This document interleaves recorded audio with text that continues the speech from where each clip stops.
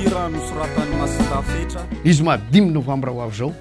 ao amin'ny espace la famille Salazamay kabary ehi dansine kabary dansine zay irahana amin'ny fimpima faritra tsinanana afana indrajao pastera arifetra sy ny orchestre efa kalazala amin'izany fampandizana izany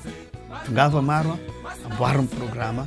fa tsy misy afa-tsy tombotso sy fifaliana tsikitsiky izay no tovozonao ao anatin'io rehefa mifimpima mihatsika efa fantatra tsara ny fandehan-javatra rehetra amin'izany fotoana izany isorana ny mpiara-miasa ny FMA ny CFP-ny ary ny tranombarotra iary bazary kely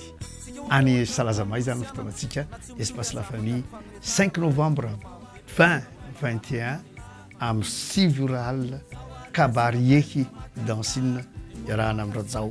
fietra pastera ary orchestre efa kalazana tsara ho tsara ary afinaritra no zay hita teo aloha fiarahana amin'io